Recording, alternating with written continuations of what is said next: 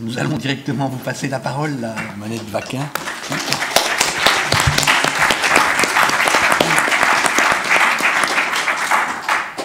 Qui va donc nous parler avec ce titre, La transmettre ou muter, la transmission des limites Frankenstein. Je vous cède la parole. Merci. Alors, je vous dois en effet quelques explications sur ce titre. Je ne m'exposerai pas au ridicule de répondre à toutes ces questions. Ce titre dont vous devez sentir la gravité, il est né d'un échange téléphonique entre Madame Sanselme et moi, Madame Sanselme, que je remercie pour cette invitation, et elle l'a gardé dans toute sa complexité.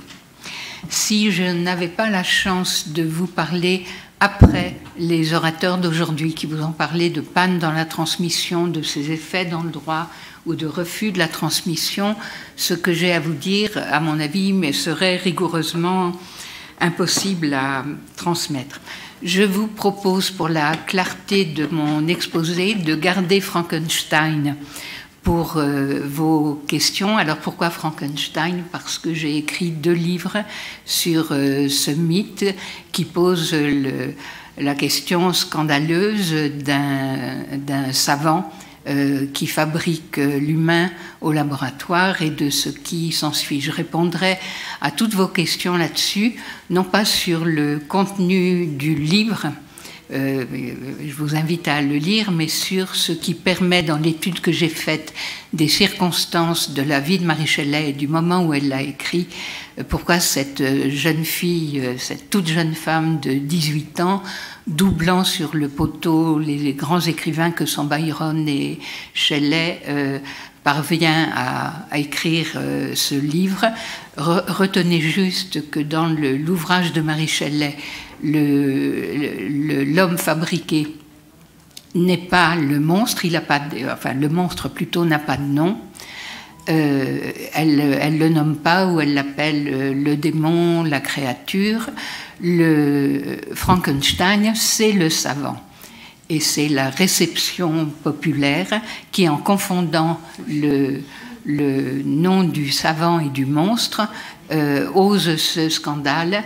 Du monstrueux peut venir de la science. Donc, transmettre ou muter, c'est de la science, c'est des formes contemporaines de la science, plutôt de la technoscience, qui forment un contexte très important dans lequel la question de la transmission se pose.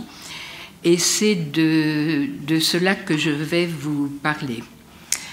Vous le savez, des gamètes anonymes sont distribuées à travers le monde. Vous pouvez les acheter sur Internet. En quelques décennies à peine, on a isolé, modifié, breveté des gènes, pulvérisé des barrières établies depuis des millions d'années entre les espèces ou les règnes. Les manipulations peuvent être intraspécifiques, interspécifiques, interrègnes. Le CRISPR-Cas9, autrement nommé les petits ciseaux du génome, permettent la manipulation du génome humain quasiment dans une arrière-boutique. La modification des paramètres biologiques effrite les représentations du vivant, devenu instable et dont on peut se porter propriétaire. Les frontières entre les êtres et les choses, entre le vivant et la matière ont vacillé, modifiant les représentations sociales et les repères psychiques les plus profonds. Le concept de science lui-même devient fou, tant son intrication à la technique d'une part et aux puissances industrielles et financières d'autre part le défigure. Nous manquons de travaux sur ce nouveau paradigme. La science n'est plus descriptive et fondamentale. Elle est, on le sait depuis Ellul, mais tous ces travaux sont à reprendre et à approfondir, complètement intriqués à la technique. Ce faisant, elle favorise probablement une raison militante, agissante et transformatrice du monde qu'il n'est plus seulement question de décrire, mais de transformer. Dans le domaine essentiel de l'artificialisation de la reproduction humaine, la fécondation in vitro, on peut y voir deux scènes. D'un côté, un progrès certain pour des couples demandeurs d'enfants. Sur une autre scène, difficile de penser aujourd'hui que la désexualisation de l'origine est simplement le contournement des stérilités tubaires. Les travaux sur l'ectogenèse sont assez avancés. Les Chinois travaillent à l'ectogenèse de mammifères supérieurs surveillés par des nounous logiciels. Alors, je vous dois aussi une petite explication. Je ne vous ai pas dit d'où je parle, comme on disait dans les années 70. Je suis une psychanalyste tombée dans la marmite des problèmes dits de biologie et d'éthique au tout début des années 80, complètement par hasard, à la demande d'une revue qui, tout de suite après la naissance d'Amandine en France, première enfant française après Louise Braun en Angleterre, conçue hors rapport sexuel. C'est le hasard qui m'a fait entrer sur ces questions. Ça n'est naturellement pas le hasard qui m'y a fait rester et travailler 40 ans, et bien sûr avec d'autres biologistes, philosophes et juristes, évidemment, puisque les juristes se trouvaient tout à coup bien ennuyés. Il y avait bien plus de parents qu'il n'en est nécessaire pour faire un enfant. Donc, sur une scène, pas grand-chose à dire, désir d'enfant légitime, émouvant, autorité de la science. Sur l'autre, je fais un petit florilège de ce qu'on peut y voir. Naissance de jumeaux à des années d'intervalle, don d'ovocytes entre sœurs jumelles, amies ou anonymes, prélèvement de matériel génétique sur un mort ou sur des fœtus non viables, contrat de location d'utérus, grand-mère porteuse de leurs enfants et petits-enfants confondus, enceinte du matériel génétique de leur fils ou de leur belle-fille. Mère porteuse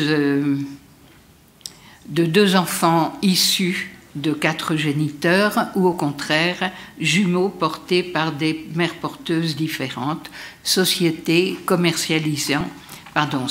spécialisée dans la commercialisation d'embryons humains cotés en bourse. Embryons cultivés dans un utérus séparé du corps, j'en passe. Ici, une mère vierge, là, des mères ménopausées, et pas à pas, le chemin qui mène du semblable à l'invraisemblable. Je veux parler du clonage humain.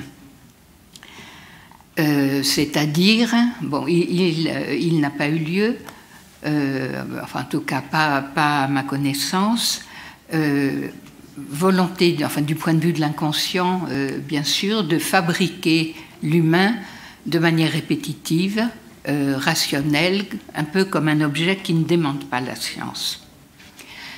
Est-il pertinent que ce déchaînement épistémophilique, ce déchaînement de l'expérimentation, qui réalise tous les fantasmes infantiles ou délirants qui visent à dénier notre ancrage dans le sexuel, est-il pertinent d'observer que ce déchaînement de l'expérimentation a lieu sur fond de rupture de transmission des discours et des représentations qui avaient fait lien, toujours tant bien que mal, entre les générations, sur fond de répétition de traumatismes historiques qui emballèrent le besoin de comprendre? Vous avez raison, monsieur, de parler de la Shoah. Nous habitons la condition post-nazie avec les moyens du bord, et que la science, dans une anomie sociale et culturelle généralisée, a pu être investie de manière illusoire comme le seul discours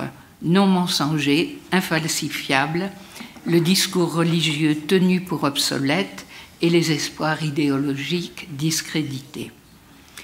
En 1976, dans Nom propre, Lévinas écrivait « Le stalinisme, le nazisme, les chambres à gaz, les arsenaux nucléaires, le terrorisme et le chômage, c'est beaucoup pour une seule génération, n'en eût-elle été que le témoin. » Que dirait-il aujourd'hui? Est-ce qu'il continuerait à parler, comme il le faisait, d'inconditions humaines?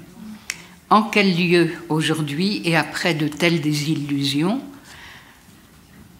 constituer le savoir humain, fragmentaire et tâtonnant, sur les épreuves de la vie, les contradictions de l'amour, les conflits entre les pulsions et la culture, sur la violence, le mal, l'échec ou la réussite des sublimations? On peut comprendre qu'une génération héritière de tels séismes connaisse un déchaînement du désir de savoir au moyen des outils qu'elle rencontre, même si c'est pour découvrir que le savoir scientifique ne fournit pas les représentations ou les métaphores qu'elle recherche. Voyez comme c'est... Alors comprenez bien, je n'ai pas là une position d'experte. Je cherche à tenir une position d'interprète. Ma question obsédante est « qu'est-il en train de se passer ?» Qu'est-il en train de se passer, notamment sur le terrain de la sexualité et de la filiation? Madame, à l'instant, disait la problématique des années 70, c'était de faire l'amour sans faire des enfants. Des années 80, faire des enfants sans faire l'amour. Des années 90, ou à peu près, peut-on faire des enfants sans être de sexe différent? Et aujourd'hui, demander la disponibilité du sexe. Comme s'il y avait un mouvement qui est à approfondir, qui va de la parole 68 arde, le sexe est libre, qui fait rigoler, le sexe est le tourment enfin, si le sexe était libre, ça se saurait. Le sexe est le tourment de toutes les civilisations. C'est pourquoi il appartient à la littérature et aux poètes, mais précisément les poètes se taisent, et c'est la science qui semble s'en emparer en nous mettant face à ce pattern tellement complexe. Ce qui se déroule au nom de la science, encore une fois, enfin, ne prenez pas ce discours pour un discours obscurantiste. Je souscris complètement à ce qu'a dit mon voisin de droite sur la nécessité de maintenir la question du savoir objectif. Simplement, on ne peut pas nier qu'avec la technoscience ou la technoscience économie, on ne peut plus penser la science comme une sorte de supra-rationalité. Ce qui se déroule dans ce domaine semble inséparable d'une crise plus profonde affectant le monde occidental, un étrange cocktail de rationalité scientifique, de questionnement saturé d'inconscient. J'ai forgé au cours de mon travail le concept d'inconscientifique pour tenter d'élaborer ce qui, dans les objets investis, dans la manière de les investir, dans la manière de les nommer, pouvait renseigner de ce côté-là.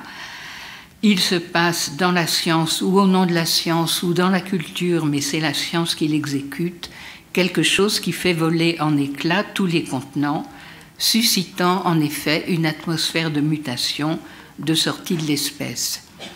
Des espaces de pouvoir se sont ouverts qui n'ont pas d'équivalent dans l'histoire. Aucune génération avant la nôtre n'a eu le pouvoir de congeler ses descendants, de les stocker, d'en modifier les caractères, voire de les réincorporer en organes, transmission, témoignage d'une transmission inversée. La filiation descend, elle n'est pas supposée remonter. Alors, comment articuler toutes ces questions liées au déchaînement épistémophilique et la question de la transmission? Eh bien, tout ça dessine inévitablement quelque chose qu'on peut nommer vibration subjective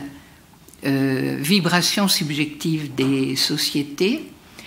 Tout ceci a entraîné bien sûr des effets langagiers et des effets juridiques institués dont Jean-Louis Ranchon vous parlait tout à l'heure, à l'intérieur desquels on a pu voir apparaître des textes fous, la disparition des mots de père et mère, des textes de loi, alors que peut-être les mots de père et mère, je ne parle pas des pères et mères réels, je vous parle de la catégorie différenciatrice. Père et mère inclut différence des sexes et différence des générations, sont peut-être au principe de toute loi. Et cette épistémophilie qui se tourne peut-être vers la biologie, faute d'autres modes de représentation, concerne généralement le mal, la sexualité, les pulsions, ou au contraire de grands moments de l'expérience humaine, naissance, mort, transmission, autrefois dévolus à d'autres discours, aujourd'hui tombés en désuétude. Emballement épistémophilique tellement important qu'il a fabriqué, au début de la vie des embryons congelés, à la fin de la vie des cadavres au cœur battant. Un petit mot sur Marie Shelley. Je vous lis un petit passage du Frankenstein, donc de Victor Frankenstein, qui parle de son travail, de son désir de fabriquer l'humain. Toutes les nuits, une fièvre lente m'oppressait et ma nervosité atteignait un degré douloureux. Je ne pouvais arracher mon esprit à mon travail, dont l'emprise sur mon imagination était irrésistible. La vie et la mort m'apparaissaient comme des limites idéales que je devais d'abord franchir pour déverser sur notre monde un torrent de lumière. C'est le discours des transhumanistes aujourd'hui. Une espèce nouvelle bénirait en moi son créateur et sa source. C'est ainsi que Marie décrit l'obsession qui s'empare du savant, tellement puissante qu'elle ne connaît bientôt plus qu'elle-même. On trouve des choses analogues chez Claude Bernard. On en trouve chez Jean-Pierre Changeux dans la préface à l'homme neuronal. Je veux savoir ce qu'il a dans le crâne, cet homo sapiens. Il cherchera quelques années plus tard les bases neurales de l'éthique, montrant une confusion dangereuse entre le cérébral et le psychique. On trouve des phrases identiques chez Daniel Cohen, responsable en France du séquençage du génome humain, dans son ouvrage « Les gènes de l'espoir ». Après que l'internat m'ait laissé l'esprit complètement vide, privé de toute nourriture symbolique, la tête comme un ordinateur et saturé d'un savoir qui m'importait peu, je voulais trouver une discipline qui me parle enfin de l'homme. Ça veut dire qu'il n'avait pas rencontré, lui, jeune interne, un équipement représentatif qui lui parle enfin de l'homme. Nous naissons de la rencontre d'un spermatozoïde et d'un ovule, et la génétique commence avec l'acte qui intéresse le plus l'humanité. Il fallait que le plaisir s'en mêle pour que l'homme contribue au progrès de l'évolution, écrit-il, témoignant de la source sexuelle de l'épistémophilie qui a été établie par Freud. Alors, aujourd'hui, les débuts de la fécondation in vitro apparaissent comme d'aimables bricolages. Des hommes transgenres ont accouché. Certains demandent, alors des hommes, ce sont des femmes qui ont conservé leur fonction reproductrice, obtenu un état civil d'homme et demandent à être reconnus par le droit comme la mère des enfants qu'elles ont mis au monde. Donc elles sont hommes pour l'état civil, mais mères pour leurs enfants. On a fait l'inverse aussi. L'utérus machine rôde avec nounou logiciel.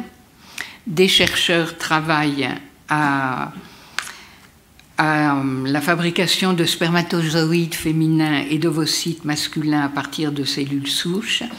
des bébés génétiquement modifiés ont vu le jour, disparition des mots de père et mère dans les textes de loi, je vous l'ai dit, numérotation des parents, neutralisation des parents. Alors ça, c'est trop beau pour des oreilles d'analystes, parce que neutraliser, vous savez bien que c'est un mot guerrier qui s'emploie pour mettre en échec un navire de guerre dangereux. Tu neutraliseras ton... J'ai écrit un article qui s'appelle « Tu neutraliseras ton père et ta mère », comme si c'était un des commandements à venir.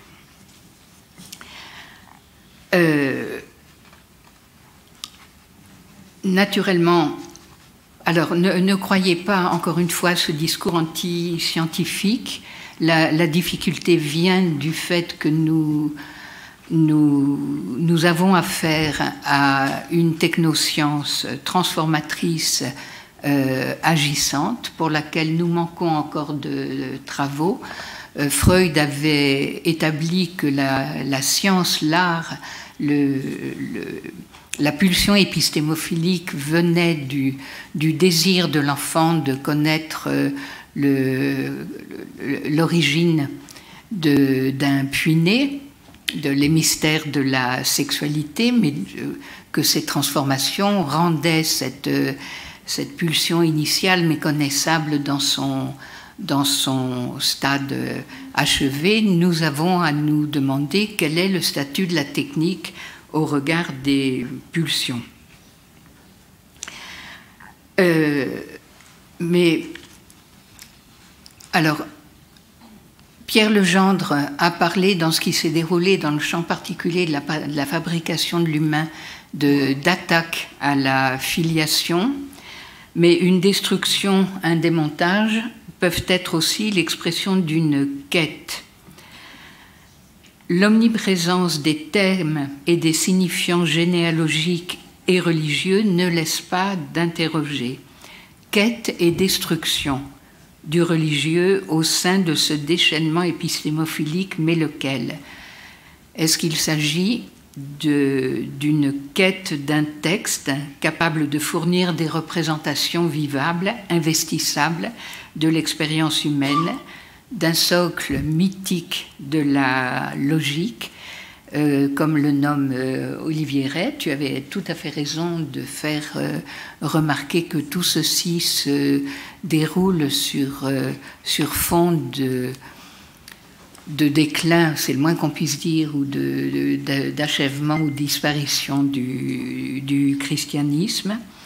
Quête de ce qui est à la fois échappe à la rationalité et qui peut-être la fonde, empêche la raison d'être toute, parce que la raison toute, c'est plus la raison, c'est la paranoïa, c'est-à-dire paranoïaque et destructrice de toute possibilité d'avènement à la subjectivité.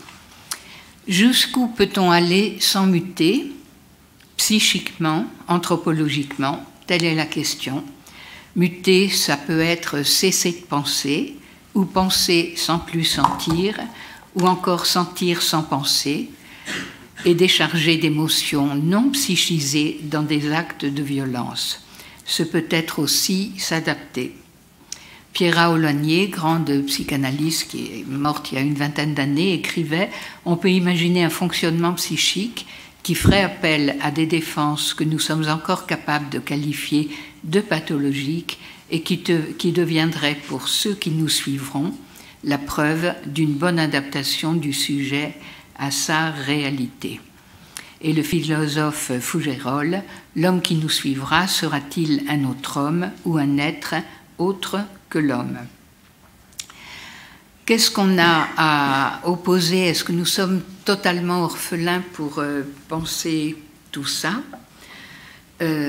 Vous savez que Freud est passé de position positiviste appelant à la dictature de la raison à une phrase testamentaire, mais il est vrai que le mal était là quand il est mort en 1939.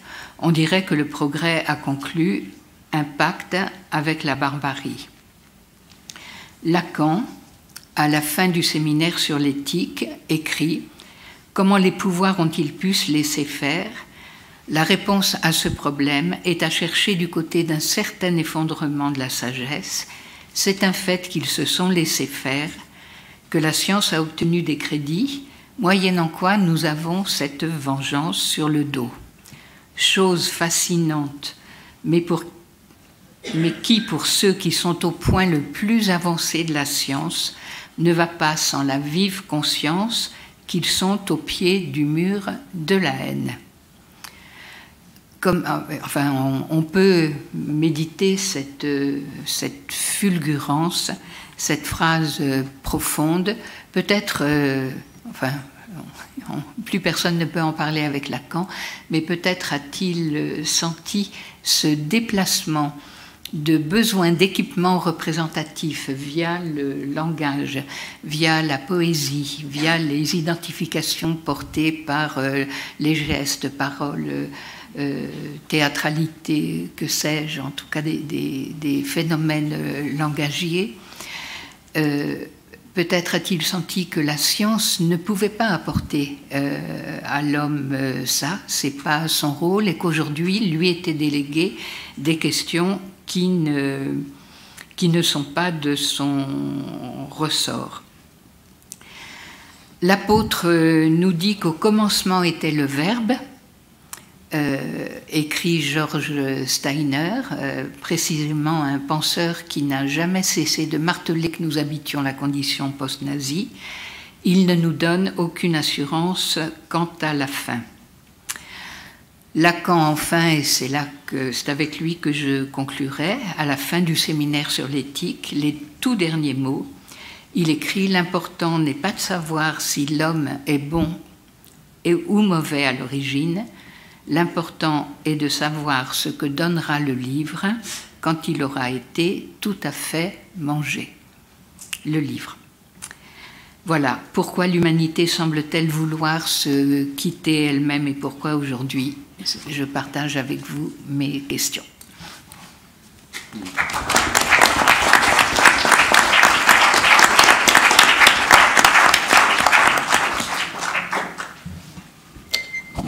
Merci beaucoup là, Annette Paquin, pour ce que vous avez amené. Moi, j'aurais une petite demande, là, c'est si vous pouviez, à l'occasion, un petit peu déployer et nous dire quelle est votre interprétation de cette dernière citation de Lacan, là, à propos de manger le livre. Voilà. Mais sinon, je cède la parole aux discutants. Omar, peut-être en premier lieu, je me demande Alain. Moi, j'avais une question, parce que c'est très intéressant d'amorcer la descente de cette journée. Par rapport à la question de transmettre. Que transmettent les parents? Et vous avez cité plusieurs fois le séminaire de l'éthique de Lacan. Et dans ce même séminaire, il disait qu'il y avait 3 façons de traiter l'impossible. Et donc l'impossible, c'est la mort, c'est le sexe. La première, c'était la religion. La deuxième, c'était la science. Et la troisième, c'était l'art. Et le problème, c'est que là où la religion, elle fournit, elle vous dit qu'il y a quelqu'un, il y a une bureaucratie divine, on pourrait dire, dantesque, éventuellement, là où la science fournit aussi, elle remplit cette demande. L'art, elle fait avec. Elle fait avec. Donc, voilà. Je ne peux que constater, comme nous le faisons tous, que les demandes actuelles ou les pathologies actuelles qui sont les plus nombreuses dans nos cabinets, dans nos institutions, elles concernent la présence de l'objet. Les toxicomanies, la pornographie, et tout un tas de situations où c'est le fait de pouvoir atteindre qui est compliqué. Non pas le fait de devoir faire avec. Et donc je mettrai le faire avec, pour le formuler comme une question, pour savoir si vous seriez d'accord avec le fait que on pourrait dire que les générations, qu'est-ce qu'elles ont à transmettre aux autres, aux suivantes? Il y a toujours, effectivement, des guerres, des situations d'exclusion, tout ce qu'on a mal fait. Et chaque génération est légitime pour croire qu'elle va tout changer et qu'elle va mieux faire qu'avant. Heureusement, heureusement. Mais je me demande aussi ce que les parents ont à transmettre, c'est justement du côté de l'art. Si la parentalité ne serait pas mieux placée du côté de l'art, peut-être pas du côté de l'amour courtois, dont parlait Lacan dans ce même séminaire. L'amour courtois, vous vous souvenez, c'était une tradition où il s'agissait de ne jamais atteindre l'objet d'amour, d'une espèce de cours qui s'éternisait. Mais donc, est-ce que les parents, ce qu'ils auraient à transmettre, ce ne serait pas justement le manque, pour le dire comme ça?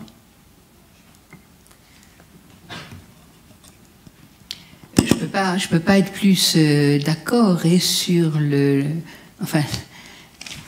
maintien du manque. Oui, quelquefois je pense que qu'il y a comme une problématique de manque. Ça, c'est pour répondre à un aspect de votre question. Je ne peux pas être plus d'accord non plus sur la question de la transmission de l'art.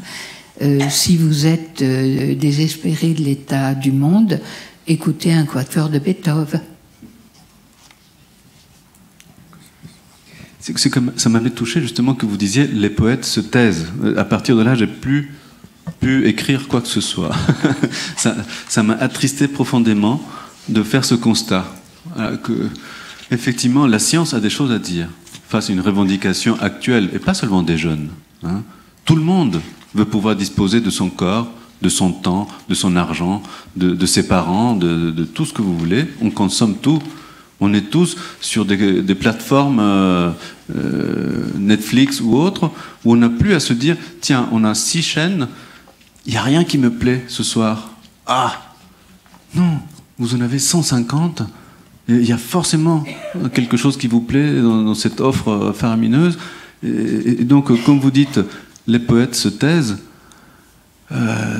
ça pourrait presque me plomber de dire alors il faut qu'on devienne tous, qu'on aille quelque part du côté de l'art, de faire avec, de composer, musical, architectural, littérature ou autre.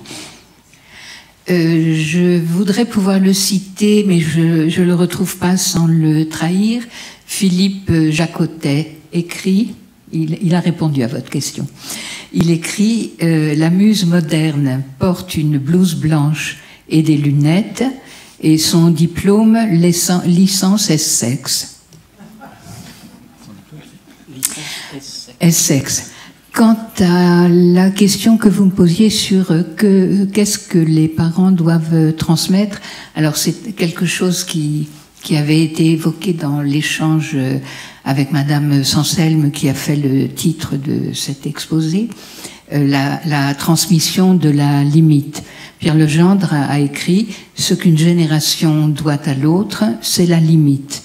Alors si on doit l'articuler aux questions que je vous pose, et pardon si ça les complexifie, mais c'est pas de ma faute, c'est complexe, la pulsion épistémophilique est la seule pour laquelle la civilisation n'exige pas de renoncement. Sauf que on a aussi cette histoire d'interdit du mythe de la connaissance, ce qui va me permettre de vous répondre, monsieur, puisque vous m'avez invité à dire un mot de qu'est-ce qui veut dire Lacan avec que donnera le livre quand il aura été tout à fait mangé.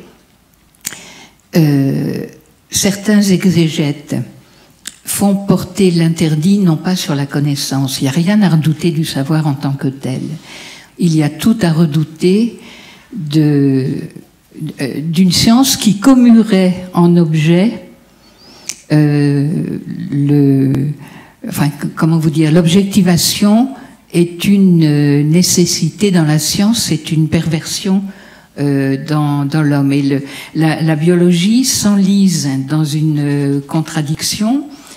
J'ai eu tellement de mal quelquefois à trouver une formulation que juste que si je remets pas la main dessus, je vais la trahir. Comment vous dire, est-ce que l'humanité résistera à la violence de l'investigation sous cette forme? La question « Qui sommes-nous » suppose-t-elle une réponse exacte? C'était la question posée à des malheureux élèves passant le baccalauréat il y a quelques années. Alors, c'est intéressant de réfléchir au fait que la pulsion épistémophilique est la seule pulsion pour laquelle la civilisation n'exige pas de renoncement, mais dans le mythe de la connaissance, pardon, j'y reviens, c'est ça que je voulais vous dire, certains exégètes font porter l'interdit non pas sur la connaissance, mais sur la dévoration. Ce qui est interdit, et c'est ce que Lacan reprend, ce qui est interdit, c'est de manger, c'est-à-dire de dédifférencier en intériorisant l'altérité qui nous fonde. Et la biologie, aujourd'hui, se heurte à cette contradiction. Parce que c'est évident qu'on est séduit par une tentation de fabrication de l'humain. Et ça me permet de vous dire un mot de Mary Shelley. Mary Shelley, Frankenstein, c'est tout sauf un roman gothique. Il n'y a pas de fantôme, il n'y a pas de chaîne, etc. Il y a un jeune chercheur qui va chercher des organes dans les charniers, qui les met bout à bout et qui lui donne la vie avec une étincelle électrique. Pourquoi est-ce qu'elle a cette idée, Mary Shelley ? Elle est la fille, elle disait qu'elle était la fille des deux plus grands hommes de son temps. Elle est la fille d'un philosophe radical et athée et de Mary Wollstonecraft, la pionnière du féminisme. Elle est élevée sans aucun préjugé, dans une rationalité imperméable à toute confusion. Elle rencontre Shelley quand elle a une quinzaine d'années.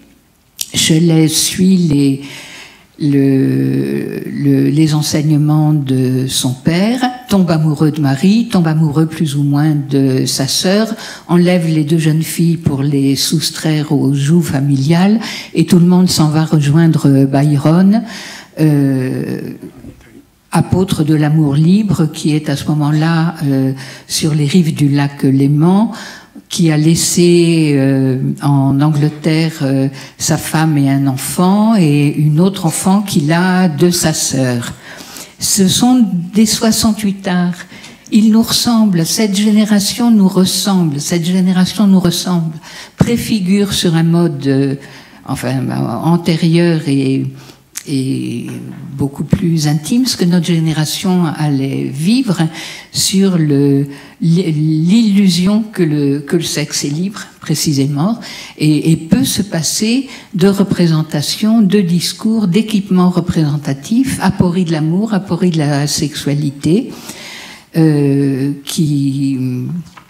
que les questions vont être délégués à la science. Rien ne se passe. Alors, ils sont tous sur les rives du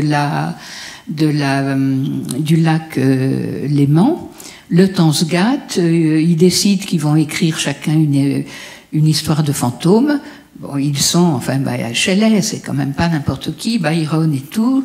Les deux grands écrivains laissent tomber. Et elle à une sorte de vision nocturne. Tout devrait bien se passer puisqu'ils s'aiment, qu'ils se disent tout, etc. Et rien ne se passe, vous vous en doutez, du tout comme prévu. Tragédie, rupture, mort d'enfant, etc., etc. Et Marie ne peut pas comprendre ce qui leur arrive. Et elle décrit, elle délègue à son savant Victor Frankenstein de répondre aux questions inconscientes qui traversent ce petit groupe. Tout ce que j'ai appris sur la technoscience contemporaine, je le dois à une presque enfant. Elle avait 18 ans. Je me suis souvent demandé comment il se pouvait qu'elle ait écrit ça si jeune. C'est quelqu'un qui dit « le roi est nu ». Elle l'a écrit avec toute sa féminité, conjuguée avec toute son enfance. Mais elle ne supporte pas ce que disait Étienne tout à l'heure, c'est-à-dire que quelque chose lui échappe. À ce moment-là, quand vous parlez, effectivement, ça ne se passe pas comme elle s'y attendait, c'est que ça lui échappe, c'est la vie, la mort, tout ça. Et ça fait penser aussi que le monstre dont vous parlez Vous avez peut-être tous lu, ou vous savez tous, que Paul Preciado, que vous citiez tout à l'heure, il s'appelle lui-même le monstre, en disant c'est comme ça qu'on me désigne, mais c'est pas Paul Preciado le monstre. C'est nous, pour le dire comme ça, qui avons permis. Tout à l'heure on parlait des juristes, où étaient-ils, jusqu'où iront-ils, mais c'est nous. Les monstres, et effectivement, le parallèle que vous faites avec Marie Shelley est très, très fin par rapport à ça. C'est les enfants que nous recevons aujourd'hui, qui n'ont aucun barrage, effectivement. Je voulais juste vous répondre que Marie elle-même, elle le déplore, hein, elle n'est absolument pas dans la maîtrise. Elle ne comprend pas. Alors, elle est d'une pénétration absolument incroyable, parce qu'elle écrira aussi un autre roman, Mathilda, qui anticipe les travaux de Freud sur l'Oedipe, et elle écrira enfin un ouvrage qui s'appelle Le Dernier Homme, qui raconte l'histoire de la destruction de l'humanité par une épidémie de peste. Je lisais ça, moi, complètement fascinée au moment de l'épidémie de sida. Et bon, enfin, je peux pas vous parler à la fois de Frankenstein, du Dernier Homme, etc. Mais c'est une œuvre que ce professeur qui dit que les femmes étaient invisibilisées au XIXe siècle ferait bien de faire lire à ses étudiants.